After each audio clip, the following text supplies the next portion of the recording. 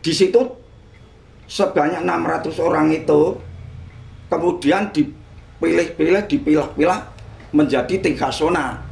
Sebanyak ya zona barat, berangkat ke zona barat yaitu meliputi wilayah Riau Kepulauan yang semua itu kan beradab dengan Malaysia. Kemudian yang zona tengah untuk meliputi Kalimantan Barat di wilayah Perbatasan Utara, dan di bagian zona 3 yaitu di bagian timur di daerah Kalimantan Timur bagian utara yang sekarang menjadi Provinsi Kalimantan Utara. Simbah dulu di yuk di pojok.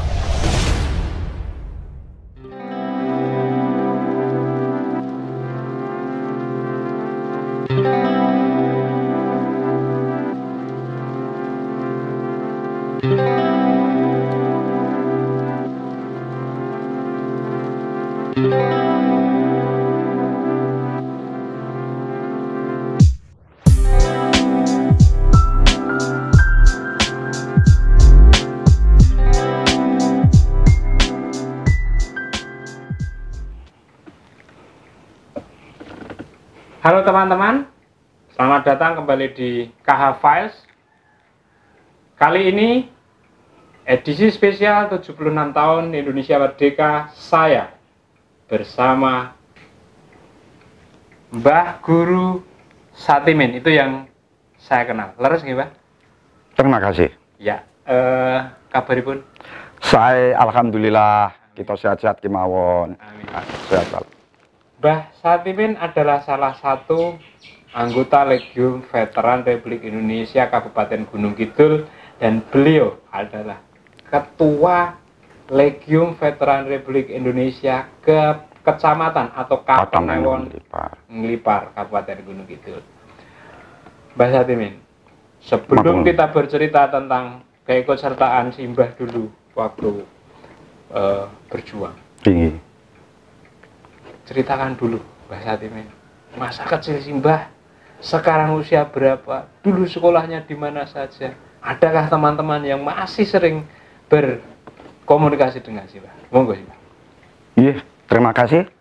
Saya akan menceritakan lika-liku kehidupan saya semenjak saya menjadi seorang anggota Legiun Veteran Republik Indonesia, khususnya di daerah Gunung Kidul. Sebelumnya menjadi veteran, kita adalah sebagai seorang guru. Mula-mula saya sejarahnya itu awalnya yaitu mendidik sekolah di pendidikan dasar, yaitu sekolah rakyat di Sigerung Pilangrejo Nglipar. Kemudian setelah lulus saya melanjutkan dalam usia 11 tahun atau 12 tahun kita masuk di sekolah guru di Wonosari. Sekolah selama 4 tahun. Itu sekolah guru B. Sekolah guru B. Tahun 4 tahun. Tahun itu berapa? Pada tahun 57. Itu setingkat SMP, menengah. Setingkat SMP. Oke. Berpendidikan 4 tahun. Kejuruan 4 tahun. Sekolah SMP kejuruan 4 tahun. Yaitu sekolah guru B. Karena ada yang bagian atas yaitu SGA. Selama 4 tahun setelah lulus saya kembali ke kampung. Kemudian tidak lama lagi kita ada pemerintah membutuhkan tenaga pendidik banyak sekali. Kemudian kita direkrut dan diangkat menjadi guru pada tahun 1963. 63 Simbah sudah mulai mengajar. Oke. Tapi sebelumnya itu selama kurang lebih setengah tahun, ya pada tahun 1962 saya dibantukan untuk menjadi guru di desa karena waktu itu memang langka, guru tidak ada. Sehingga kita para lulusan guru sangat dibutuhkan oleh pemerintah desa. Kemudian setelah menjadi guru bantu di desa ada secara resmi, kemudian kita diangkat sebagai guru PNS, guru negeri, itu pada bulan Oktober tahun 1963. Pada waktu saya menjadi guru itu kita sudah bahas sebagai guru. Kemudian terjadilah pemerintah di Malaysia, terjadi suatu pergolakan, yaitu pemerintah Inggris akan kembali melangkah kakinya, menjejak kakinya di negara Semenanjung Malaya yang waktu disebut Malaysia. Itu Dan tahun kakinya itu pada tahun perempuan tahun 64. 64. Seolah-olah pemerintah Inggris itu kemudian membentuk suatu pemerintahan yang sebenarnya pemerintah boneka, bentukan Inggris, yang dinamakan Federasi Malaysia, dengan dipimpin yaitu seorang pemimpin, yaitu Perdana Menteri Tengku Abdul Rahman. Itu pemimpin negara Malaysia Federal, Malaysia bentukan Inggris itu. Kemudian karena seolah-olah wilayah Malaysia itu kan ada yang sebagian di bagian pulau Kalimantan di Indonesia, itu sebagian rakyat Sarawak khususnya pada umumnya tidak menyetujui, tidak mau bergabung dengan mengakui pemerintahan Federasi Malaysia itu. Dan akhirnya karena pemerintah Malaysia Federasi itu akan seolah-olah akan mencaplok, akan mempengaruhi kesatuan negara Republik Indonesia, maka kemudian akhirnya pemerintah RI waktu itu Presiden Soekarno kemudian mengeluarkan suatu deklarasi, yaitu yang dinamakan Aksi Ganyang Malaysia, yaitu mengeluarkan Dwi Komando Rakyat yang isinya yaitu untuk membebaskan atau untuk membubarkan negara Malaysia bikinan Inggris. Kemudian memobilisasi bangsa Indonesia, rakyat Indonesia untuk melawan, berkonfrontasi dengan Malaysia. Kemudian oleh pemerintah pusat didirikan suatu yaitu Aksi Ganyang Malaysia, dibentuklah suatu komando operasi, yaitu Komando Operasi Tertinggi. Kemudian merekrut para barisan sukarelawan untuk membantu perjuangan rakyat-rakyat di Kalimantan Utara itu. Kemudian kita pertama-tama diangkatlah barisan sukarelawan yang terdiri dari para guru. Para guru apa sebab mengangkat pertama guru? Karena akan ditugaskan ke sana untuk memberi pendidikan para masyarakat yang masih ketinggalan sangat jauh dan mereka tuh mudah terbujuk oleh bujukan-bujukan dari penjajah itu. Itulah akhirnya direkrutlah kita, diambil dari para guru-guru yang sudah dinas, sekarang kemudian dengan tes, dengan les, testing dan seleksi, kita dari Gunung Kidul diberangkat sebanyak 15 orang diterima. Hanya 15 orang. Itu karena secara kilat. Pasti 2 hari 2 melaksanakan seleksi itu. Karena di Yogyakarta hanya akan sekitar membutuhkan 100 orang. Terpilih dari seluruh DIY.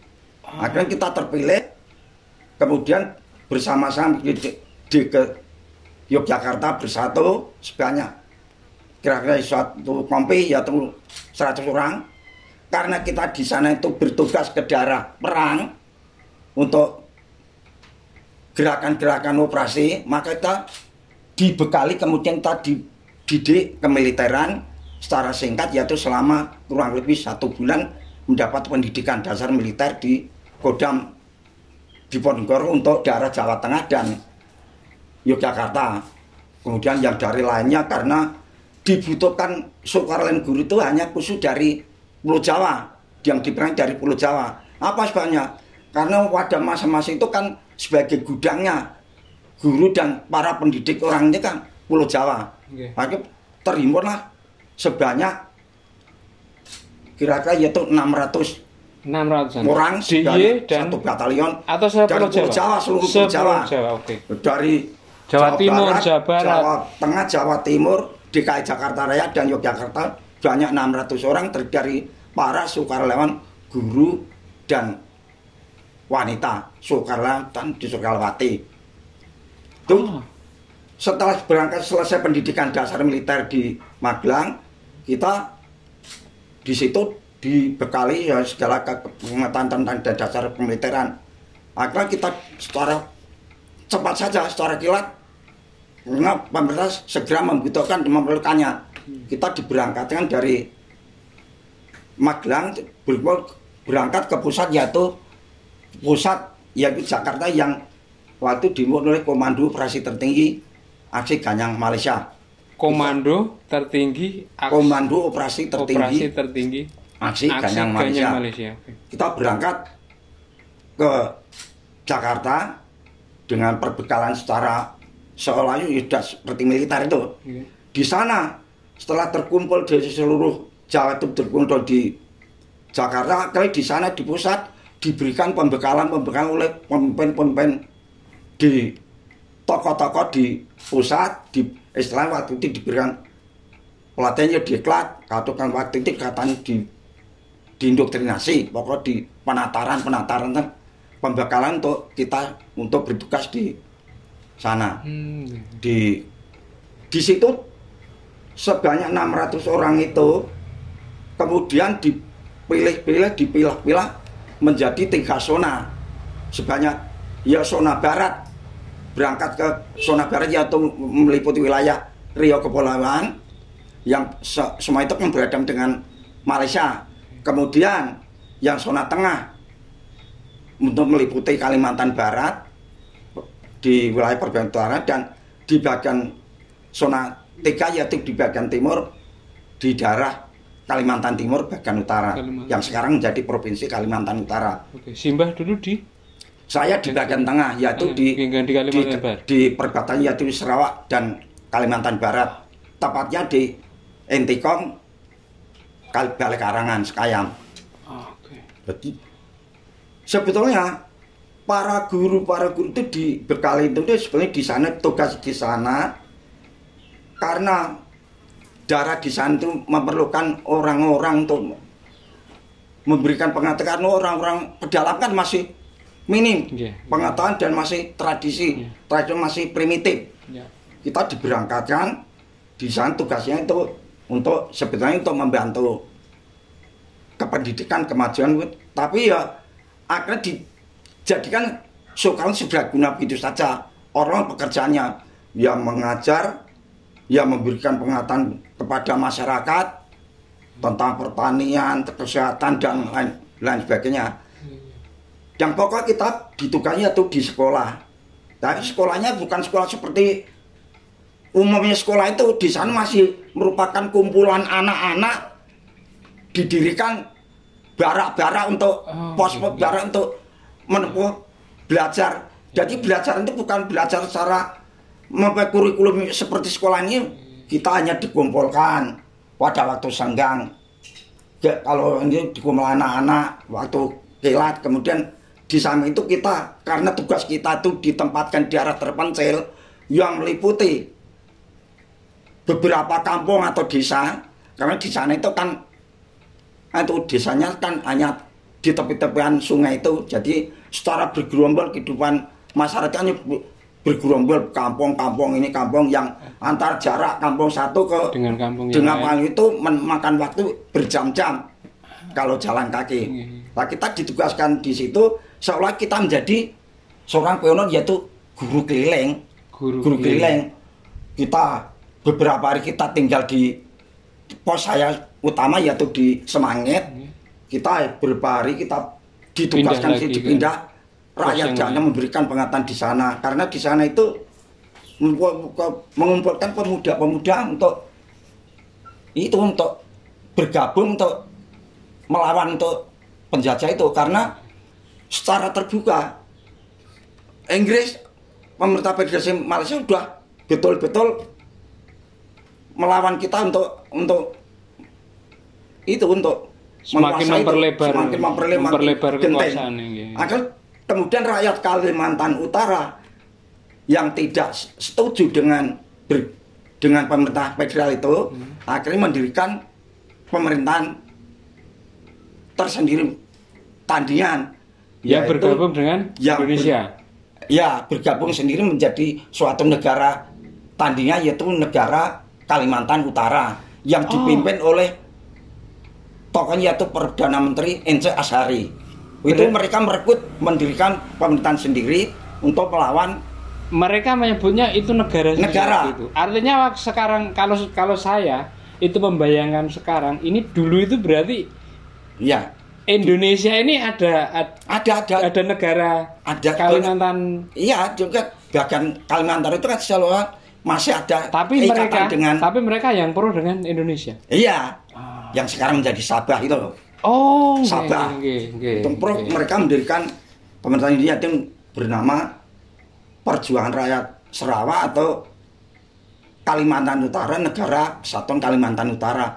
Mereka memerintah di pedalaman di secara belum terfokus pada pemerintahan sekarang ini karena mereka hanya pemerintah gerilyawan untuk melawan itu Federasi Malaysia yang bentukan Inggris di Kuala Lumpur itu. Terus setelah itu kita terus berjalan menjadi tugas kita pokok yaitu karena waktu itu belum terbuat masih keadaan aman saja, ya ada sedikit pengaruh lika-liku yaitu tentang permusuhan itu. Kita di samping itu membina masyarakat, diajak secara gotong membuat petani menjadi maju, memberikan penyuluhan kesehatan tentang adat istiadat yang telah waktu itu yang telah diberikan dibekalkan di pusat, yaitu waktu kita sebelum berangkat selama setengah bulan kan kita diberi bekal untuk pelatihan untuk mengetahui keadaan sebenarnya di tempat tugas kita itu. Oleh pemerintah tandingan itu maka terbentuklah suatu pasukan rakyat yang disebut pasukan Taman Rakyat Kalimantan Paraku. Itu mereka bergabung yang disebut pasukan Rakyat Kalimantan Utara atau Paraku. Tergabung dalam satuan Tentara Nasional Kalimantan Utara. Kita bersaudara bergabung dengan tentang pengaman di Indonesia tentang. Tapi waktu itu kan belum terbuka. Indonesia kan belum, pemerintah itu kan belum memberikan pasukan-pasukan inti. Baru setelah pertengahan tahun 64 itu sudah mulai tampak benar antara kekuasaan Malaysia itu mereka untuk mempengaruhi untuk melawan ini kita para sukarelawan pemerintah itu melawan mereka, tetapi dia kan lebih kuat. Pemerintah Malaysia itu kan dibantu oleh sekutu-sekutu dari Inggris itu seperti Selandia Baru, Australia, India, itu bukan negara persemakmuran Inggris itu.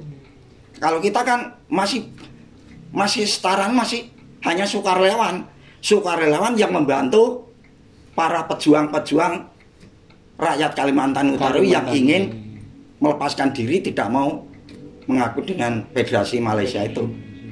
Karena benar-benar Malaysia itu pada itu betul-betul sudah genting, benar untuk secara terbuka dengan pasukan yang besar dengan peralatan yang modern. Akhirnya Indonesia kemudian lambat laun kemudian segera mengirimkan pasukan-pasukan yang betul-betul pasukan dikirimkan ke garis perbantuan membantu. Misalnya kalau untuk laut diterjunkan di wilayah Kepulauan Riau, Natuna dan sebagainya. Untuk bagian tengah dan timur hanya khusus darat. Karena memang belum secara terbuka belum ada serangan dan medannya kan tidak bisa untuk membantu misalnya peralatan yang berat kan tidak bisa kan, tidak ada jalan-jalan darat. Setara dengan minimnya kita kita bergerak berjuang terus. Setelah dibantu kemudian datanglah pasukan dari Jawa, pasukan elit, pasukan para seperti Brigade Resimen Komando Angkatan Darat PKD, sebagai Itu pasukan para. setelah Simbah di sana sekitar Saya setengah tahun. Setengah tahun, sekitar Oke. setengah tahun sudah ada di sana, sudah memajukan, jadi mempengaruhi masyarakat. Oke. Yang mana tadi bujuan kan seolah-olah dibujuk oleh pemerintah federasi itu supaya benci kepada pemerintah Indonesia. Memang ya karena sehari-harinya kan dekat dengan kehidupan negara penjajah sana, kan hidupnya lebih kesejahteraannya lebih enak. Tapi kita dididik untuk itu, lama-lama mereka mau tunduk dan sepakat dan setia kepada negara Indonesia. Kemudian dikirim suatu pasukan bersama sana dan kita sebagai suara kemudian bergabung melawan, berkonfrontasi dengan di daratan, kalau di tengah yaitu di Sarawak itu saling secara sembunyi-sembunyinya karena belum secara terbuka dan keadaan yang masih minim, peralatan belum ada. Padahal kita selalu siang malam digempur atau diserang oleh pasukan-pasukan musuh. Lah kita sebagai sukarelawan yang tadinya itu hanya hidup bersama rakyat untuk mengajar, untuk memberikan, mengajak rakyat itu bersatu untuk dengan pemerintah yang setia kepada Indonesia. Lama-kelamaan ya kita terpaksa kita ajak masyarakat kita dibutuhkan oleh pasukan untuk membantu, untuk bergabung. Kita dari Satuan Kodam Tanjung Pura, saya bergabung di Satuan Tanjung Pura, kita dibutuhkan pasukan-pasukan tempur dari Jawa itu. Apa sebabnya kita sangat dibutuhkan? Karena rakyat sudah agak lama kita bergaul dengan saya telah memiliki adat yang sudah tahu adat istiadatnya, bahasa-bahasa telah mengetahui. Maka kita oleh pasukan-pasukan dari Angkatan Bersenjata Indonesia itu kita selalu komunikasi, kita membutuhkan. Nah, kita selalu hampir banyak tidak mengajar, tidak melepaskan tugas-tugas saya. Kalau ada waktu senggang ya mengumpulkan anak-anak diajar dengan bersama-sama bapak-bapak pasukan itu. Itu hanya pada waktu kalau keadaan aman, ya waktu malam. Bahkan selama hampir setengah tahun itu lengang, kampung sudah tidak ada orang sekolahan, orang sudah pergi meninggalkan ke hutan belantara dan hidup di hutan sambil mengungsi. Karena perangnya. Karena tempat saya itu dijadikan pusat komando ya sebagai basis Angkatan Bersenjata Republik Indonesia. Iya.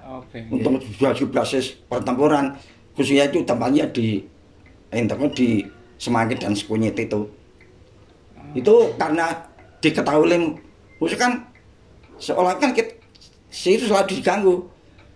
Nah, kita selama 1 tahun itu akhirnya hidup selalu bergerilya, berjuang bersama masyarakat dan yang telah terlatih dan telah didik menjadi tentara keamanan itu. Kita bergabung bersama pasukan kita diajak, bahkan kita sebagai guru dianggap kita sebagai pintu kunci depan, ujung tombak karena lebih dulu dan mengetahui seluk-beluk keadaan wilayah lain untuk mengintainya.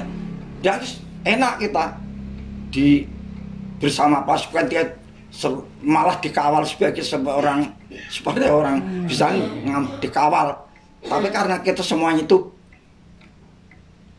identitas kemiliteran tidak dipakai. Di sana sebagai sukarelawan semua bersama-sama secara diam.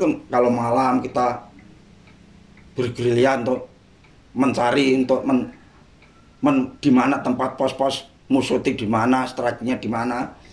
Waktu itu yang sangat saya kesan, saya masih ingat, masih menjadikan saya itu selama kurang lebih itu berminggu-minggu itu sampai 1 bulan itu saya hidup di hutan, yaitu di suatu gubuk diajak bersama Bapak waktu itu Komandan Resimen RW, yaitu Bapak Kolonel Sarwadi Wibowo dengan staf-stafnya, yaitu seperti Mayor Gunawan Wibisono yang sekarang sudah tiada lagi, Seno Hartono.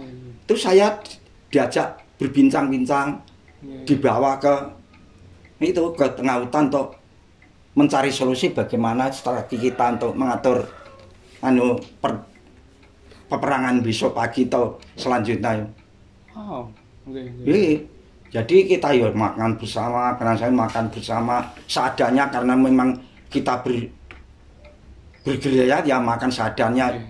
Sebenarnya makannya harus dikirim dari pusat, tapi ya maklum lah darah perangnya ya apa adanya kita sambil makan saja seolah baru sedang makan sudah mendapat perlawanan gempuran-gempuran. Kita sedang operasi, kita berjalan karena perjalanan kita yang paling banyak angkutan itu melalui air. Di tengah jalan dihadang oleh musuh.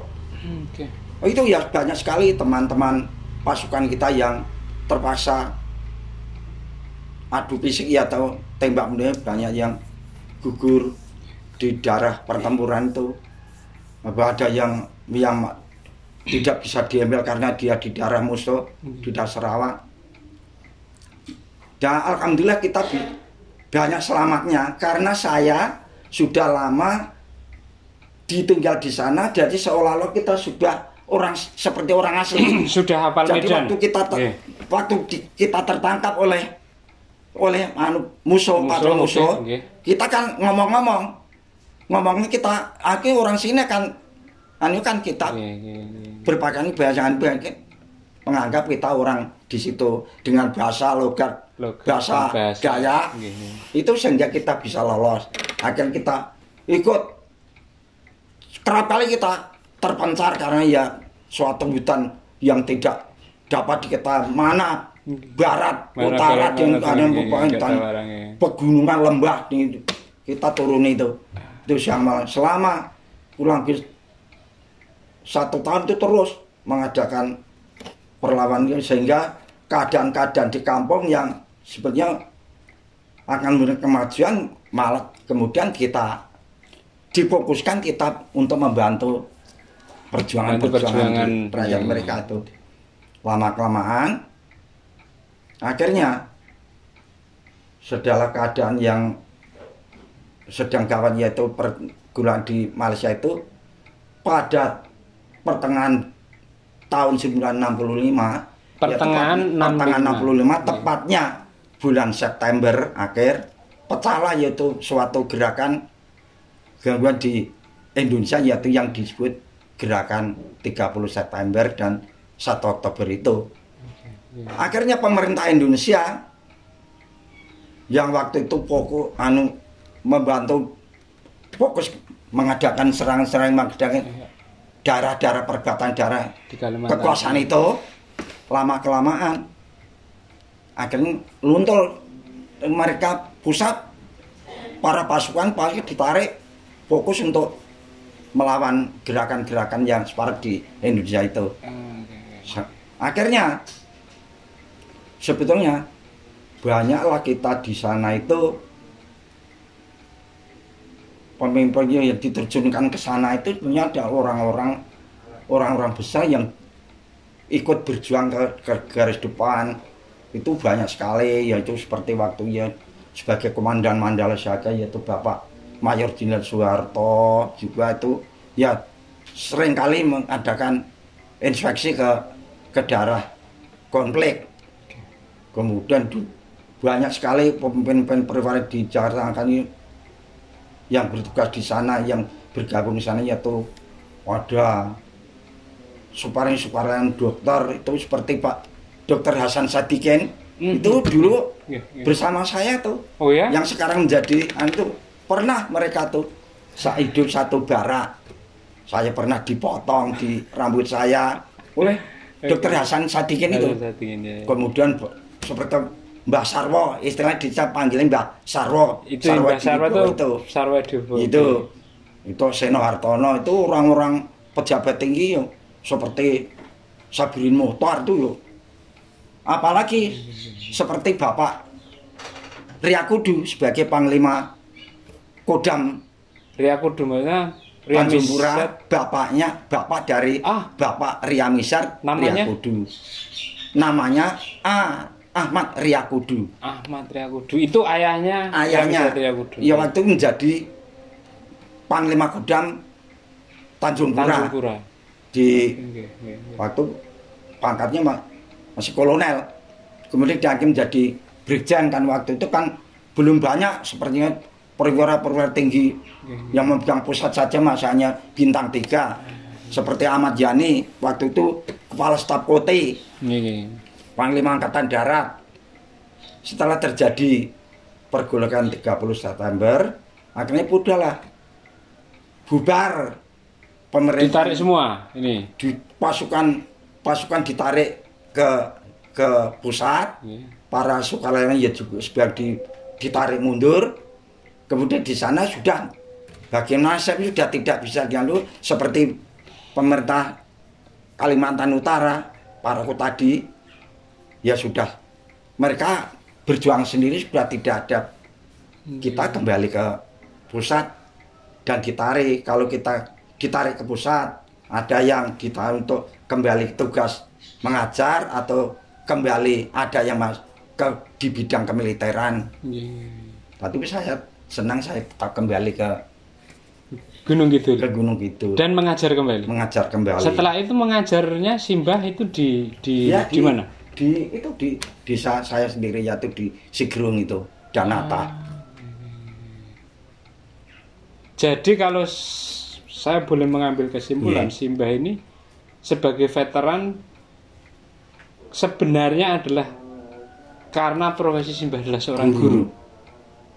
Ya memang ya sebenarnya profesi guru sebenarnya tugasnya sebagai guru mengajar sebenarnya. Tapi karena kondisi waktu itu. Oke. Namanya saja sekarang yaitu serbaguna. Ya kita dibutuhkan ya pada waktu keadaan genting ya kita berjuang. Tapi Simbah sendiri ada kepangkatan di Sukarelawan? Oh tidak ada. Di Sukarelawan tidak ada kepangkatan. Tidak ada kepangkatan. Bahkan tentara aktif saja itu dilepaskan kepangkatannya. Hanya pada itu sudah menjelang akhir 65 itu sudah secara terbuka itu baru dikirimkan pasukan-pasukan benar-benar yang pasukan khusus seperti raider. Dalam pengetahuan saya yang terbatas, veteran itu selalu saya artikan bahwa mereka adalah pejuang-pejuang kemerdekaan, sekitar 45 dan lain sebagainya. Betul. Kalau melihat Simbah ini yang juga ternyata bergabung di Legiun Veteran, bahkan menjadi ketua Kapanewon atau ketua di tingkat kecamatan, sebenarnya veteran ini bagaimana Pak? Ya, sebenarnya veteran itu sebenarnya suatu organisasi di negara yang sebenarnya itu sebagai tenaga perjuangan, yaitu dibentuk itu tugasnya ya sebagai pejuang-pejuang yang tidak ada habis-habisnya, menjalankan tugasnya sebagai berjuang tidak ada habisnya veteran itu. Jadi sampai akhir hayat kita nama veteran itu tetap tugasnya mereka berjuang. Kalau dulu itu berjuang melawan penjajah atau yang mengganggu tentang kedaulatan Indonesia, karena ya berjuang apa yang telah kita alami sekarang itu, berjuang dalam bidang keamanan maupun bidang umum itu. Maka dan veteran itu alhamdulillah kita diakui sebagai veteran dengan mempunyai hak yang sama sebagai seorang veteran.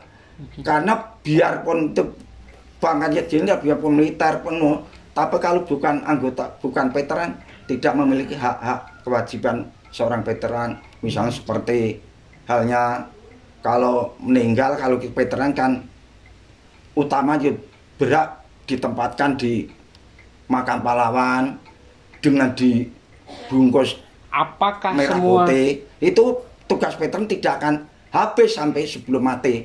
Jadi kita tidak ada veteran itu pensiunan veteran, tapi tetap sebagai veteran, Legiun Veteran.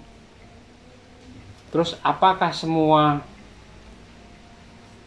mantan pejuang, baik pejuang untuk pejuang kemerdekaan maupun pejuang Dwikora, ada Trikora juga barangkali? Iya. Ada Trikora, terus kalau ada Seroja. Ada Seroja. Kalau Seroja itu ya pembebasan di Timur Timur. Kemudian kalau di itu pembebasan Irian Barat itu Trikora. Kalau kita punya itu Ganyang Malaysia itu yang disebut Dwikora.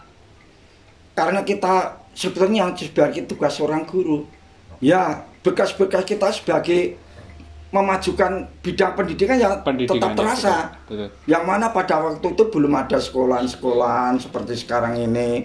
Kita rintis anak-anaknya secara kilat, secara kuat kita didik, kita kumpulkan, dijadikan suatu kumpulan namanya sekolah dasar yang banyak tidak melihat umur dan anak bisa bersekolah dikumpulkan di situ secara didik kilat. Akhirnya lama-lama diaku menjadi sekolah yang tadinya tidak ada gurunya. Di situ ada tempat-tempat kita tugas di tempatnya suatu tempat yang desa atau kampung yang telah ada bentuk sekolahnya, tapi sekolahnya bukan sekolah seperti sekarang ini. Yang sekolah itu waktu hanya dikumpulkan tenaga sukarela yang mengumpulkan membina itu. Selama kita 2 tahun itu ya bekas kita memajukan anak ya ada bekasnya. Bahkan kita membuat sekolah itu tidak hanya mengikuti lama jenjang pendidikan, misalnya ajaran itu 1 tahun 1 kelas, bahkan saat itu waktu itu kita buat kilat, kita setengah tahun masuk kelas 1 kita kemudian kita naikkan dilakukan menjadi kelas 2. Yang kelas 2 kemudian kita jadikan kelas 3 secara kilat. Itu kita tinggal di sana itu ya sudah anak-anak menjadi sudah lebih tahu, karena kita ya sebelum kita sambil mengajar ya yang pokok kita beradat istiadat dan bahasa itu kita pahami untuk memudahkan untuk komunikasi dengan masyarakat sudah lebih maju. Karena pada 1 tahun selama perjuangan di Konferensi Malaysia itu hampir pemuda-pemuda orang-orangnya itu dia itu direkrut oleh untuk membantu tenaga-tenaga pasukan-pasukan kita bergerak membawa beban-beban, mengangkut dengan sampan-sampan itu digunakan secara sukarela. Kemudian kita ikut juga memimpin kalau ada waktu-waktu tertentu bersama pasukan. Itu kalau ada operasi mengadakan silaturahmi, kemudian bergotong royong dengan kerja bakti, membuat kita para pasukan itu mendidik, dilatih untuk baris. Kemudian olahraga yang waktu itu kan belum mengenal olahraga atau apa, kita dilatih berolahraga karena ya caranya sepak bola itu bagaimana secara hidup di hutan ya tidak ada lapangan ya apa adanya. Kita dengan alatnya dengan tali-tali itu dibuat untuk bermain, untuk menghibur, dan senangnya itu pada waktu keadaan itu tenang itu kita senangnya segala fasilitas kehidupan kesehatan dibantu oleh dikirimkan ditanggung oleh negara. Kemudian peralatan pendidik sekolah itu dibantu oleh negara, dikirim secara bersama-sama. Ada peralatan orang-orang warga yang pada waktu tidak kan secara pakaian belum mempunyai, dikirimkan bantuan-bantuan dari pusat, pakaian-pakaian bekas. Kemudian kita berikan, kita koordinir, kita bagikan. Karena kita mudah mengumpulkan warga itu gampang sekali. Karena di sana tidak ada rumah itu sendiri-sendiri atau terpisah-pisah. Ada merupakan satu buarak panjang, panggung panjang. Seperti rumah panggung. Iya, memang rumah panggung yang dihuni oleh beberapa kakak. Ya, sampai ratusan kakak itu. Jadi kita mudah untuk menggerakkan, untuk memberikan arahan-arahan itu lebih mudah. Pada waktu kita pukul tok halo tok masyarakat juga berbondong. Kemudian kita bahkan di sana itu sebagai seolah-olah sebagai seorang pemimpin yang dimanjang, yang dilulukan. Kita dibutuhkan di kampung sana, tiba di sana disambut dengan adat-adat suku-suku Dayak mereka itu disebut dengan apa yang disukai. Dan kita tidak boleh dalam hidup berdampingan dengan keluarga Dayak itu apa yang dianu harus kita ikuti. Jangan sekali-kali kita menentang apa yang telah diberikan oleh mereka, misalnya makanan. Kalau kita diberikan, jangan sekali-kali menolak. Kalau menolak ya resiko karena penguatan masih primitif sekali. Waktu itu masih primitif, itu masih kuat sekali. Kuat. Kebatinannya masih kuat. Kita selama waktu itu ya bergelimang dengan di masyarakat, tinggal di hutan. Pada kita jadi pergulang itu kita mengajar di hutan-hutan, di bawah pohon-pohon, seadanya dengan anak-anak yang kita masih berkumpul tuh, sebagian karena orang lain bertani karena sambil menyingkir karena mengusik, karena di daerah ini sebagai daerah ajang pertempuran. Akhirnya kita terjadilah 60 tadi sudah saya ulangi, setelah 60 selesailah keadaan di perbadi Kalimantan seolah-olah terhenti itu saja. Okay. Kita ditarik kembali tugas. Dan kemudian ada sebagian yang masih tenang atau suka tinggal di sana. Ada. Melihat kondisi saat ini, Mbah, kalau mendengarkan perjuangan Simbah dan teman-teman yang tadi sangat luar biasa, melihat kondisi saat ini, harapan Simbah pada kita semua ini. Marilah, ya harapan saya itu marilah kita para pemuda-pemuda itu bersatu. Seperti sekarang itu adanya pandemi, adanya geblok yang Covid corona, kita galang, kita bersama-sama mari kita mengikuti protokol kesehatan apa yang telah digariskan oleh pemerintah. Kita ikuti. Kita selain kita menjaga diri kita sendiri, menyayangi keluarga maupun anak kita sayangi, mari kita jaga protokol kesehatan kita. Yang kedua itu saya masih selalu mengingatkan pada gini, karena kita selalu ingat sejarah perjuangan kita, suka duka kita waktu kita di perbatasan ini banyak sekali rintang-rintang dan ada banyak senangnya kita bisa mempersatukan suku bangsanya. Waktu itu masih terkotak-kotak, terpisah, masih belum berukun, kita satukan. Mohon dicontoh para generasi muda kita, jangan selalu bertopang dagu. Kita mengingatkan kita yang masih tua begini masih selalu beringas untuk atau memajukan, untuk selalu ingin berjuang seperti apa yang telah dilakukan dulu. Ingatlah seperti para pahlawanmu itu yang telah gugur mendahului kita, itu adalah juga teman-teman kita seperjuangan. Itu masih kita terngiang, masih mengingat kembali. Tapi itu akhirnya lepasnya terjadinya pergaulan di Indonesia itu menjadi buntu. Komunikasi kita waktu itu, persaudaraan kita dengan pemimpin pusat menjadi hilang. Jadi sampai sekarang tidak ada komunikasinya, hanya beberapa. Semoga dengan program KHV sini teman-teman Simbah nanti bisa saling berkomunikasi kembali mengenang masa lalu dan memberi contoh pada kami ini untuk tetap mencintai Indonesia. Bagi teman-teman sekolah saya, itu saya mungkin masih dan dalam tayangan masih ingat, masih tahu. Ya inilah saya itu Satimin, yang mungkin sekarang kalau di Wonosari ini masih ada seperti Ibu Samiati, kemudian Bapak ada banyak sekali di Pak Kasbi, itu masih banyak di Wonosari, masih ingat. Sebenarnya waktu itu di sekolah saya itu, waktu sekolah latihan namanya itu masih teman-teman yang bahkan menjadi tokoh-tokoh penting itu waktu menjadi murid saya gitu.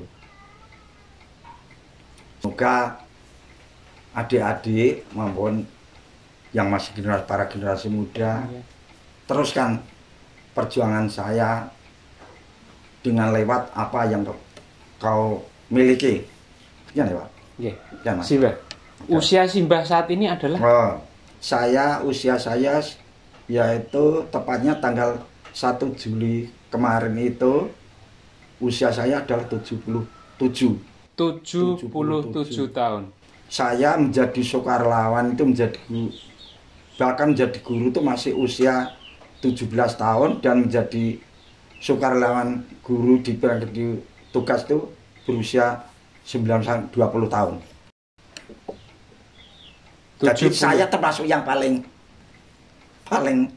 muda. Termasuk yang paling muda. Karena memang semuanya memang harus muda. Semua sukarelawan yang dikirimkan sana itu khususnya guru dan dokter, karena waktu yang satu letengnya ada guru dan dokter yang dikirimkan ke sana lebih dulu itu adalah guru dan dokter medis. Dari itu, Gunung Kidul juga ada medisnya, Pak? Ada. Dan ini tenaga kesehatan. Kalau yang itu yang paling banyak sudah tua-tua sudah menjadi duduk waktu itu seperti Ibu Menteri Kesehatan Napsi Ambo itu kan dulu. Nah, itu sukarelawan dokter di Kora juga tuh. Usia 77 tahun, Simbah masih sangat semangat sekali. Sudah vaksin, Pak? Sudah 2 kali. Amin. Teman di pojok, 76 tahun Indonesia merdeka, Ya. Indonesia tangguh, Indonesia tumbuh. Tetap di pojok saja.